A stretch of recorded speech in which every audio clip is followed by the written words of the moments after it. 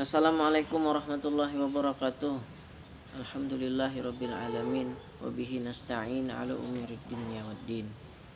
Allahumma shalli wa sallim ala Rasulillah wa ala alihi wa ashabihi ajma'in. Amma ba'du. Teman-teman sekalian yang dirahmati oleh Allah, kematian itu pasti datang. Ya. Semakin bertambahnya umur, semakin dekat kita dengan kematian. Akan tetapi kematian itu dirahasiakan oleh Allah. Kenapa dirahasiakan? Yaitu agar kita mengisinya kehidupan ini dengan amal ibadah, karena kita tidak pernah tahu kapan kematian itu akan tiba. Adapun ketika kematian telah tiba, ada beberapa hal yang kami dapatkan di tempat kami ini yang barangkali bisa diterapkan di tempat Anda yang menonton ini. Ya, dengan harapan mudah-mudahan dengan sebab ini Allah Subhanahu wa taala melindungi kita daripada azab kubur, azab akhirat. Itu harapan kita, pasti kebaikan-kebaikan. Adapun yang saya maksud adalah ketika kita meninggal, ada beberapa hal yang biasa kami kerjakan di sini, yang mana niatnya tiada lain yaitu mengharap keridhaan Allah Subhanahu wa taala dan keselamatan di akhirat. Contohnya ketika kita wafat, kita dianjurkan untuk bersegera ditanam mayatnya di dalam kubur, ya, sesegeranya, ya. Jadi tidak baik menunda penguburan mayit, apalagi sampai berhari-hari, ya, tidak boleh. Adapun ketika proses pemandian mayat, ini yang pernah saya lakukan, yaitu kita membaca surah Yasin ketika mayat dimandikan. Kita membacakan Yasin. Nah, kemudian setelah selesai mandi, itu kita membaca surah Al-Waqiah.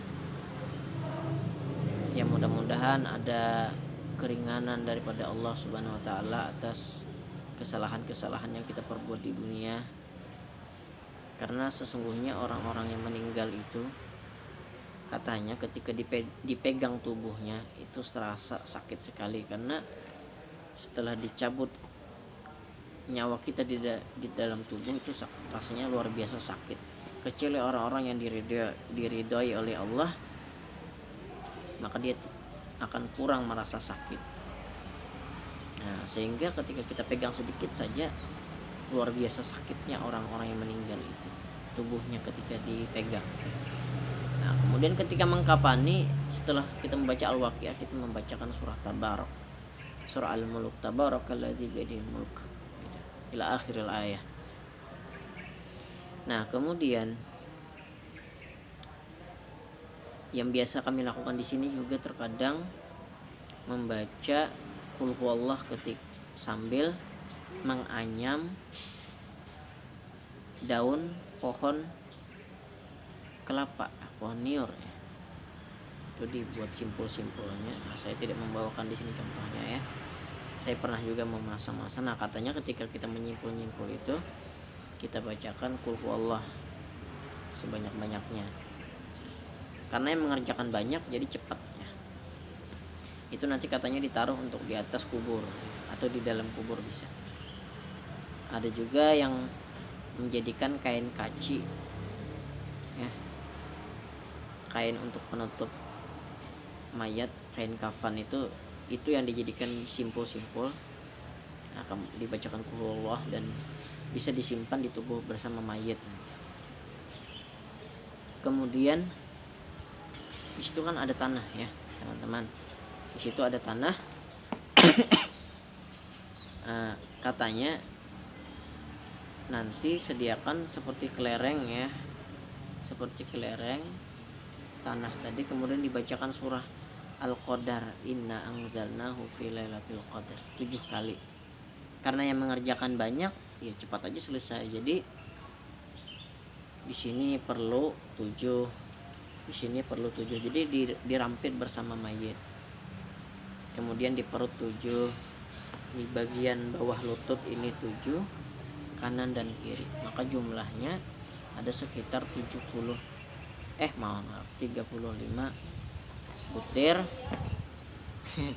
Ada 35 butir tanah yang berbacakan surah Al-Qadar 7 kali.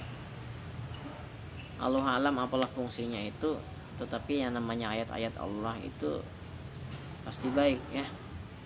Karena ada dalam riwayat itu dikatakan orang-orang yang senang mengamalkan ayat Al-Quran, ketika malaikat mau mencabut nyawanya di bagian kepala, bagian kaki, sulit ya. Maksudnya sulit tadi kata Al-Quran, kata surah Al-Muluk, ini teman saya, jangan disakitin, nah gitu. Sehingga prosesnya dipercepat oleh malaikat, tidak sakit gitu. Maksudnya ayat-ayat Al-Quran ikut mengiringi kematian seseorang yang meninggal yang gemar membaca Quran itu.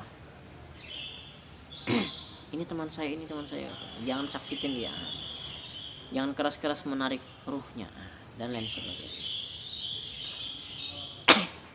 Nah, kemudian ketika mayat dikubur ya, ketika masuk ke dalam kubur itu ada tanah pertama namanya ya, tanah pertama yang ingin dimasukkan ke dalam kubur. Katanya dibacakan bismillah fisabilillah wa ala millati rasulillah, lempar ke dalam kubur. Allahu alam juga itu apa fungsinya, cuman itu yang dikerjakan di kampung, di tempat kami ya. Dan setahu saya bismillahi wa ala millati rasulillah itu memang bacaan yang dibaca ketika kita menutup mata mayit. Jadi kalau teman-teman misalkan tiba-tiba melihat orang yang meninggal dan matanya terbelalak, karena memang proses penarikan ruh itu ke atas sehingga mata ini gitu. Tapi kalau orang itu dirahmati oleh Allah, dia tidak akan terlalu kesakitan nah, karena pertolongan Allah Subhanahu wa taala. Nah, ketika terbelalak kita bacakan bismillahi wa ala millati rasulillah. Nah, kemudian ketika mayat sudah mulai ditimbun dengan tanah ya. Biasanya saya pernah juga itu ajan ya, kita ajan di situ. Allahu akbar sampai habis.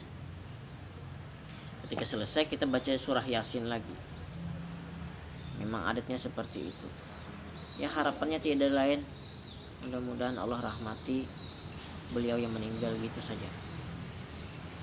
Ketika selesai itu maka ada proses talqin namanya ya, yaitu kita membimbing roh si mayit agar bisa menjawab dengan mudah pertanyaan-pertanyaan malaikat mungkar dan nakir di kubur. Insyaallah nanti kalau Allah izinkan kita akan memaparkan tentang tata cara pembacaan talqin insyaallah. Nah, jadi tadi setelah dikubur ya, dibaca talqin, dan biasanya di atas kuburan itu ada pelapah pohon nior kalau tidak salah itu. Kalau di zaman Rasulullah pernah ketika melewati suatu kuburan, ternyata orang yang berada di dalam kubur ini tersiksa ya, kena azab kubur. Ya Allah, Allahumma inna na'udzubika min azabil qabr. Ya Allah, kami berlindung kepadamu daripada siksa kubur. Rasulullah kemudian mengambil pelapah kurma waktu itu dan beliau tancapkan ke dalam, bukan ke dalam ya, ke atas, ditusuk Nabi kuburan itu dengan pelapah kurma. Karena kata Nabi pelapah kurma ini dingin, jadi setidaknya mengurangi siksaan bagi si ahli kubur.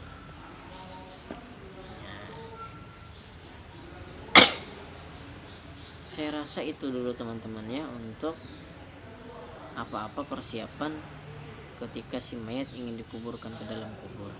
Semoga video ini bermanfaat. Sekali lagi tiada lain tujuan kita yaitu mengharap ampunan, rahmat dan ridho daripada Allah Subhanahu wa taala. Terima kasih. Akhir kata, wassalamualaikum warahmatullahi wabarakatuh.